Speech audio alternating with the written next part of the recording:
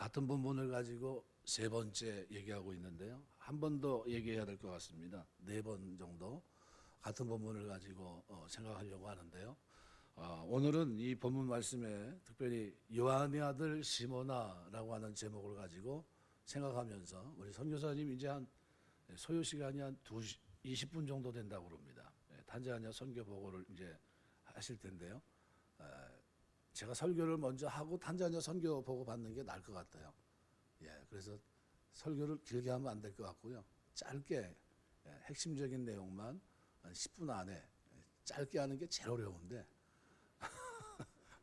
워낙 익숙하시니까 짧게 설명을 드리고 그리고 탄자니아 선교 보고를 받는 쪽으로 이렇게 생각하겠습니다. 우리가 사람을 이렇게 부를 때요, 그 사람에 대한 호칭이 언제나 동일한 건 아닙니다. 집에서 부를 때도 또는 가까운 지인이 부를 때도 그때마다 어떻게 해요? 호칭이 다를 수가 있죠. 어떤 상황에서 호칭을 사용했느냐 하는 것 굉장히 중요하고요. 그 사람의 인품이라든가 또는 인격이라든가 성품, 생각, 철학 이런 것들이 그 이름을 부르는 그 속에 다 담겨 있다고 생각이 됩니다. 이런 관점에서 예수님께서 베드로에 대한 호칭이 어떤 상황에서 어떻게 달라졌는지 살펴보는 것은 대단한 의미가 있습니다. 왜냐하면 베드로의 본래 이름은 시몬입니다. 시몬을 처음 만난 주님께서 게바라는 이름을 주셨는데 게바는 유대인들이 사용했던 아람어입니다. 반석이란 뜻입니다. 이 아람어는 아수르 제국 언어인데 아수르 지배를 오랫동안 받았던 이스라엘이 그때까지도 혼용해서 썼습니다. 그러니까 반석이란 새 이름을 주님께서 지어주신 거죠. 시몬이 반석과 같은 굳건한 믿음의 소유자가 되기를 원하셨던 주님의 바람이 그 이름 속에 담겨 있는 겁니다. 이 반석이란 뜻을 지닌 헬라어가 페트로스입니다. 베드로예요. 그러니까 우리에게 베드로라고 더 잘 알려진 이 이름은 본래 시몬의 본명이 아니라 주님께서 시몬에게 지어준 게바라고 하는 이름의 헬라식 표기입니다. 그러니까 평소 주님께서 베드로에게 시몬이란 유대식 이름으로 호칭을 가장 많이 즐겨 쓰셨습니다.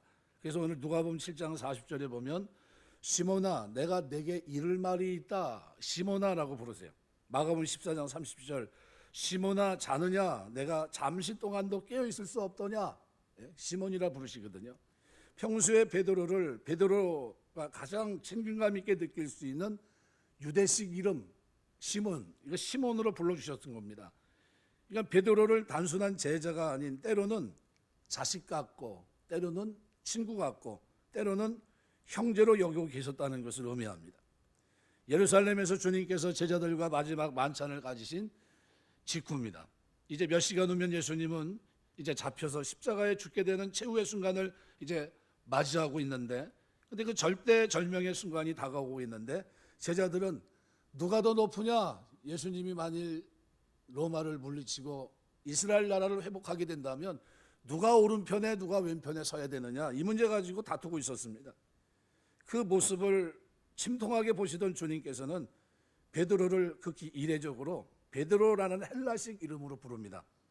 누가복음 22장 34절에 보면 베드로야 내가 네게 말하노니 오늘 다구기 전에 내가 3번 나를 모른다고 부인하리라 이렇게 얘기합니다. 베드로란 이름의 뜻은 반석이라고 했습니다. 베드로가 전혀 반석같이 않게 행동하는 그 한심한 순간에도 예수님은 베드로를 반석이라고 부르셨습니다. 어떤 경우에도 반석이어야 될 베드로의 정체성을 역설적으로 강조하신 거예요. 네가 베드로 아니야 베드로가 아니냐 그러면서 말씀하신 거죠. 그런데 오늘 본문에 주님께서는 베드로에게 매우 특이한 호칭을 사용하고 계심을 발견할 수 있습니다. 그래서 오늘 읽은 말씀에 15절에 보면 요한의 아들 시몬아 이렇게 부르세요. 그러니까 평소 베드로를 시몬이라 부르셨던 주님께서 이번에는 요한의 아들 시몬아라고 부르십니다. 본래 족보를 중시하는 유대인들은 제3자를 소개하거나 또는 자기 자신을 소개할 때 누구 자식인지를 밝히는 관습을 갖고 있습니다. 예를 들면 저 사람은 누구의 아들입니다 라는 거죠. 나는 누구의 아들 누구입니다 하는 식입니다. 그런데 2인칭 상대에 대해서 혹격으로 이와 같은 호칭이 사용되는 예는 흔치 않습니다.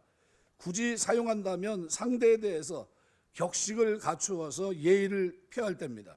말하자면 상대를 존중히 여기는 표현인 셈입니다. 그러니까 지금 주님께서 베드로에게 예의를 갖추어서 요한의 아들 시몬아 하고 부르신 거예요. 이건 뭘 의미할까요? 예수님께서 이와 같은 호칭을 예전에 단 한 번 사용한 적이 있는데 너희는 나를 누구라 하느냐 물으셨어요. 그때 뭐라고 대답합니까? 그때 그 질문에 베드로가 이렇게 질문합니다. 주는 그리스도시요 살아계신 하나님의 아들입니다. 마태복음 16장 16절. 그죠? 그때 주님께서는 베드로를 극찬하면서 이렇게 얘기합니다. 바요나 시모나, 요한의 아들 시모나 이런 뜻이에요. 그렇게 부르시면서 베드로를 칭찬하십니다. 이것을 알게 한 것은 그러면서 그를 축복하십니다. 그러나 그때는 그 한 번으로 끝났습니다. 근데 오늘 본문에 요한의 아들 시모나라는 단어를 3번 쓰고 있어요.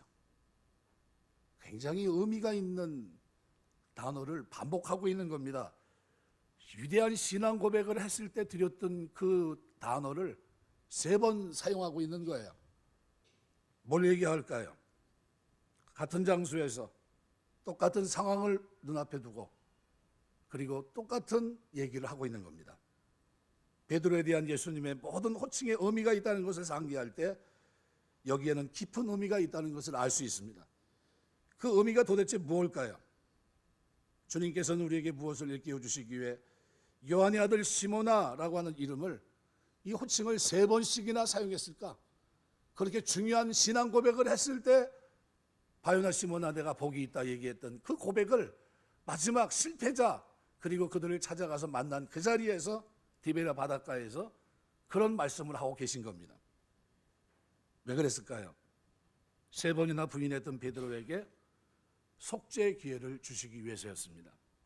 주님 앞에 떳떳이 설 수 있는 기회를 부여해 주시기 위해서입니다. 내가 나를 사랑하느냐는 물음을 통해서 베드로의 수준까지 내려가 주시면서 주님을 조건에 따라 제한적으로밖에 사랑하지 못한 베드로를 온전히 품어주시기 위해서였습니다. 주님께서는 베드로에게 새로운 기회를 주시고 필리아의 수준에 머물러 있는 베드로를 온전히 품어주시면서 주님을 배신했던 베드로의 모든 죄와 허물, 잘못을 깨끗이 용서해 주신 겁니다. 베드로에 대한 주님의 사랑의 실체는 바로 용서였어요. 요한의 아들 시모나라고 하는 이 외침은 그때 그 주님의 말은 용서한다는 주님의 뜻이었습니다. 그러니까 주님께서 용서를 선포하시는 이 극적인 순간에 주님께서는 베드로를 향해서 예의를 갖추어서 요한의 아들 시모나라고 부른 거예요.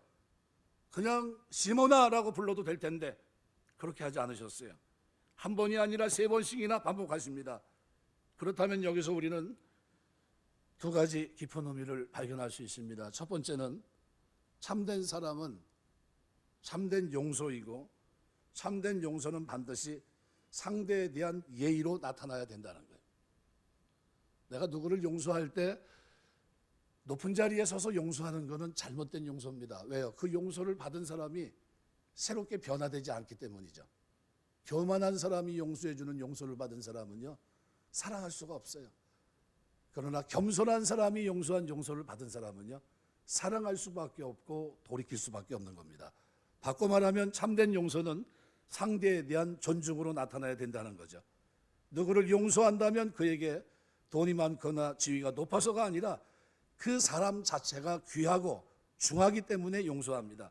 우리가 흔히 누구 잘못을 용서할 때 큰 은혜를 베푸는 시혜자가 됩니다. 시혜자가 된다는 것은 높은 곳에서 용서를 주는 사람이 된다는 거죠. 내려다보는 걸 의미합니다. 용서를 베푼 내가 언제나 그보다 우월한 교만한 마음을 뜻합니다. 그래서 우리는 용서를 하더라도 대상을 존중하거나 그에게 예의를 피할 수가 없습니다. 이것이 우리 용서가 상대를 변화시키지 못하는 이유이기도 합니다. 상대를 업수에 여기는 교만한 마음으로 행하는 용서는 용서가 아니라 이것은 자기 과시에 불과합니다.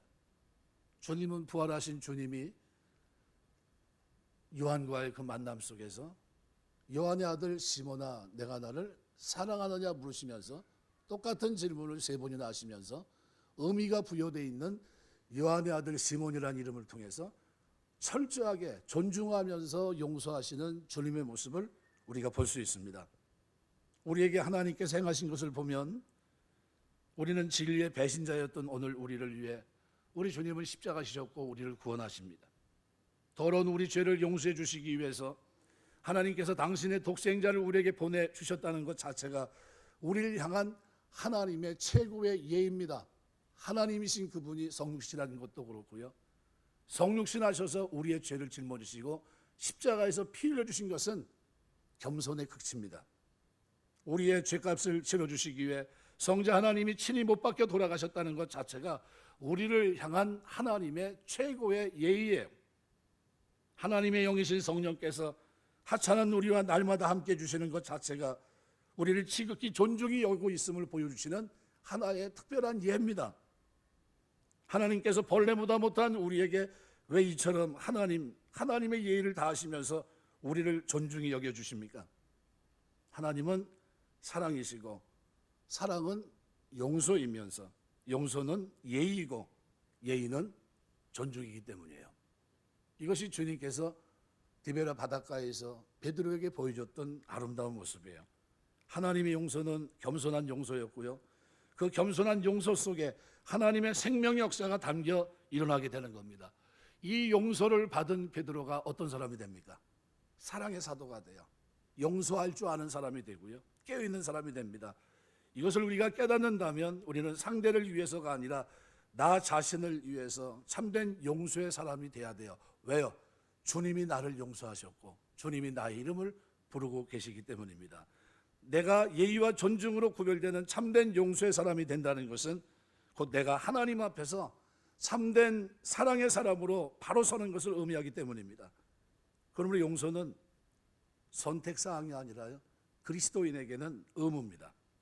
베드로를 요한의 아들 시몬아라고 부르시는 주님의 호칭 속에는 우리가 두 번째로 발견할 수 있는 더 깊은 의미가 있는데요, 바로 그것은 주님의 용서를 믿는 자란 먼저 자신과 자신을 용서하는 자고 용서받은 자신을 스스로 존중히 여기는 자가 돼야 된다는 거예요.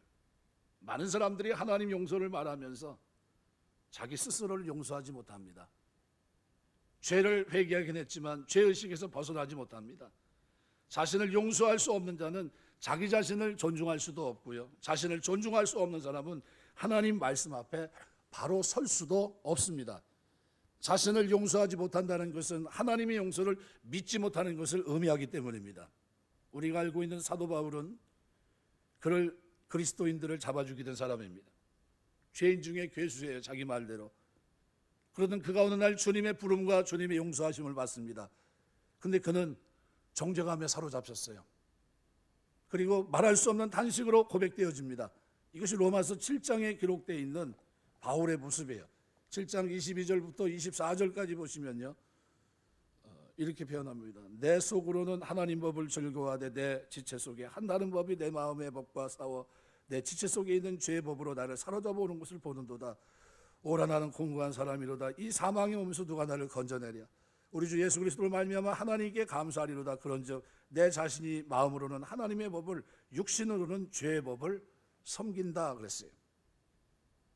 바울의 실패는 자기 자신을 용서하지 못한 결과였습니다.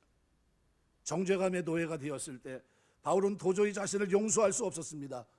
하나님의 용서보다도 과거의 죄가 더 크게 보였고 하나님의 은혜보다도 자신의 죄성이 더 중하게 여겼던 그런 과거를 그가 안고 있었습니다. 자신이 자신을 용서하지 못할 때 자신은 도저히 하나님 뜻대로 살 수 없는 절망적인 존재였고 당연한 결과로 그는 자신을 형편없는 자로 자각할 수밖에 없었습니다. 그런데 오늘 나는 곤고한 사람이라 자포자기했던 사도 바울이 마침내 자신을 향해서 로마서 8장 1절 2절을 보시면 이렇게 얘기합니다. 그러므로 이제 그리스도 예수 안에 있는 자에는 결코 정죄함이 없나니 그는 그리스도 예수 안에 있는 생명의 성령의 법이 죄와 사망의 법에서 너를 해방하였습니다. 여기 너는 누굽니까? 바울 자신을 말합니다. 바울 자기 자신에 대한 용서의 선포입니다. 그 용서의 근거는 재론할 것도 없이 주님의 용서입니다. 주님께서 먹물보다도 더 더럽고 자신의 죄를, 그 많은 죄를 주님께서 용서해 주셨다함을 믿지 못할 때 그는 자기 자신을 용서하지 못한 채 자포자기하며 탄식하며 절망할 수밖에 없었던 한 인간에 불과합니다. 그런데 주님의 용서를 확신했을 때 바울은 주저없이 자기 자신을 용서할 수 있었습니다. 주님께서 용서해 주셨다면 자기가 자신을 용서하지 못할 이유가 없었기 때문이죠. 아니, 주님께서 용서해 주셨기 때문에 자기 또한 자기를 용서하는 것이 마땅하기도 하고요. 그래서 바울은 이렇게 외치지 않을 수 없습니다. 고린도후서 5장 17절, 그런 적 누구든지 그리스도 안에 있으면 새로운 피조물이라 이전 것은 지나갔으니 보라 새 것이 되었도다. 타인을 향한 외침이기 전에 이것은 바울 자신을 향한 외침이기도 합니다. 주님의 용서하심을 믿음으로 자기가 자신을 용서하고 자신도 주님 안에 새로이 시작할 수 있는 새로운 피조물이 됨을 믿고 인정했을 때 그는 평생 자기 자신에 대해서 예의를 다하여 자신을 존중하는 삶으로 일관했고 주님께 예의를 다하여 주님을 존중할 수 있는 믿음의 사람으로 살 수 있었습니다. 주님께 예의와 존중을 다 바치는 것이야말로 주님 안에서 새로운 피조물 된 자기 자신에 대한 최고의 예의고 자기 자신을 존중하는 최상의 행위였던 겁니다. 베드로가 정죄감에 몸소리치고 있을 때 주님께서는 배신자였던 베드로를 용서하시면서 예의를 다해서 다가오셔서 이렇게 말합니다. 요한의 아들 시몬아. 3번이나 이렇게 불러주십니다. 내가 너를 이만큼 존중하니 내가 존중하는 너를 너 자신도 용서하라는 겁니다. 내가 너에게 예의를 다할 정도로 너는 새로운 피조물이 되었다는 것을 믿으라는 요청이기도 합니다. 내가 너를 이토록 사랑하는 만큼 내가 사랑하는 너 자신에 대해서 너 스스로 예의와 존중을 다하라고 하는 주님의 세미한 음성이었던 겁니다.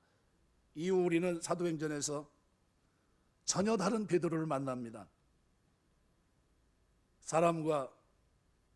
사람과의 관계 속에 용서할 줄 모를 것 같은 베드로가, 그 성정이 급했던 베드로가 사랑과 용서의 베드로로, 하나님과 사람에게 예의와 존중을 다하는 베드로의 모습으로 이방인들조차 가볍게 여기지 않고 한 영혼의 가치를 부여하면서 그들 영혼의 구원을 수고하는 베드로의 모습으로 바뀐 모습을 보게 됩니다. 거듭난 자기 자신에 대해 그는 예의와 존중을 다하는 아름다운 모습을 갖추게 되었습니다. 바울과 베드로로부터 우리가 참으로 귀한 교훈을 얻습니다. 자신을 먼저 용서할 줄 아는 사람만 타인을 용서할 수 있다는 거예요. 새로운 피조물이 된 자신에게 예의와 존중을 다할 줄 아는 자가 하나님과 사람에게 예의를 다하여 존중할 수 있는 겁니다. 지금은 용서하고 자신에게 예의를 다할 줄 아는 사람만, 그리고 주님의 사랑과 용서를 진정으로 믿는 믿음의 사람이기 때문입니다. 이사야 43장의 25절에 이렇게 말합니다. 나는 나를 위해 내 허물을 도말하는 자니 내 죄를 기억지 아니하리라. 하나님은 우리의 죄를 지으셨습니다. 오늘 우리에게 이렇게 말합니다. 아무개 아들 아무개야, 이렇게 물어보세요. 존중하시는 겁니다. 그리고 우리에게 새로운 삶의 피조물로서의 삶을 우리에게 말합니다. 시편 103편 12절, 동이 서에서 먼 것 같이 여호와께서 우리 죄가를 우리에게서 더 멀리 옮기셨다고 말합니다.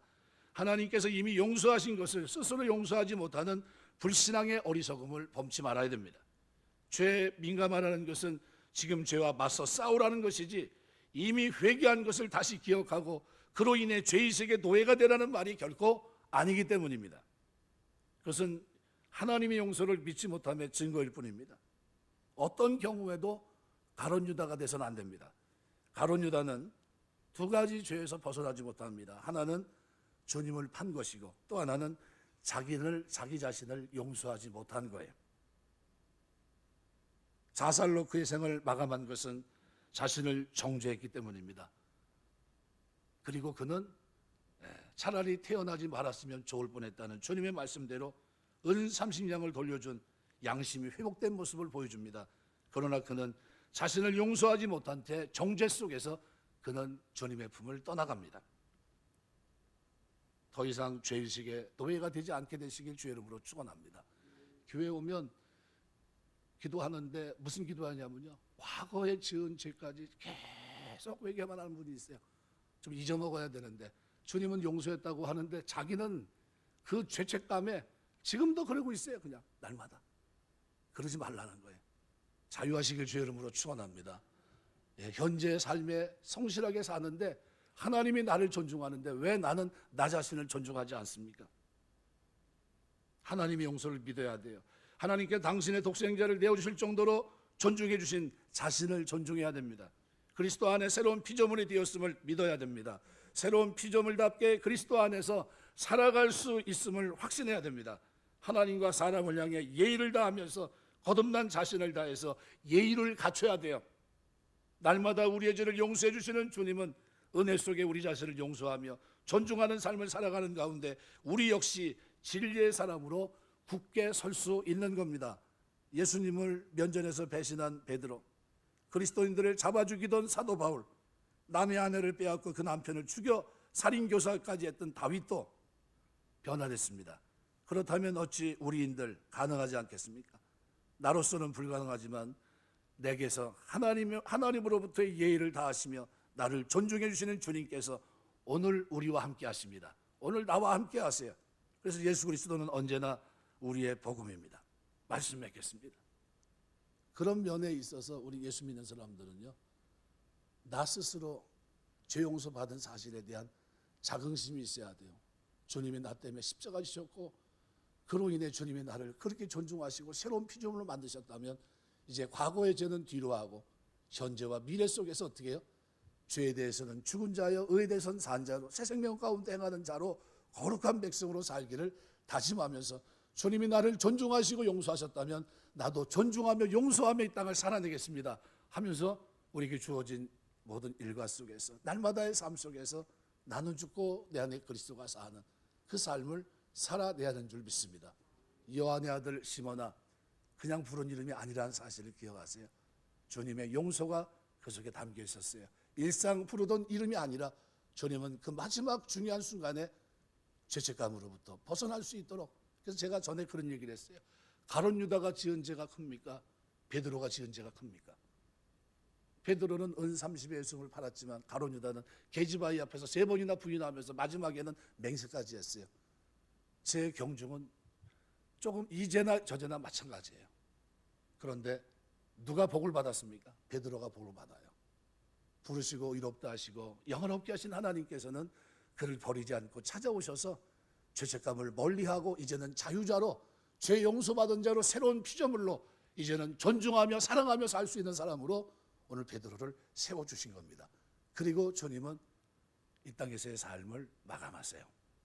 그렇다고 한다면 우리가 이 땅에서 예수 그리스도를 통해 용서를 받았다면 어떻게 사는 게 맞습니까?